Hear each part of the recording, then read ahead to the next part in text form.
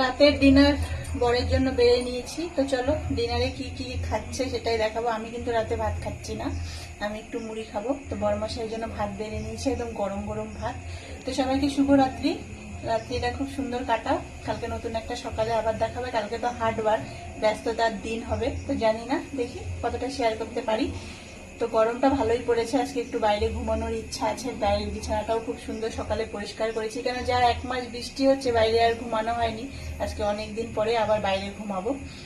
বাইরের ওয়েদারটা খুব সুন্দর ঠান্ডা ঠান্ডা, আর ঘরের ভিতরে ওয়েদারটা একটু গরম গরম, তাই বাইরে ঘুমাতে ভালোই লাগে।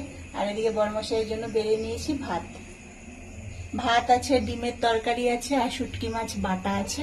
তো ভাতটা এখনই নামালাম গরম গরম, তো খেয়ে নি করতে, আবার ভাত ছাড়া চলে না। আর আমার জন্য একটু তরকারি রেখে দিয়েছি, সেটা দিয়ে আমি মুড়ি খেয়ে নেব। কেন অতিরিক্ত ভাত খাওয়া হয়ে যাচ্ছে, কমই খাচ্ছি, কিন্তু ভাতটা আমার খাওয়া উচিত নয়, একটু কম খাওয়াই ভালো। তো চলো সবাইকে শুভ রাত্রি। রাত্রিটা খুব সুন্দর কাটাও, নতুন একটা সকালে আবার দেখা হচ্ছে। তোমরা ডিনারে কে কি খাচ্ছ কমেন্টসে জানিও। Thank you.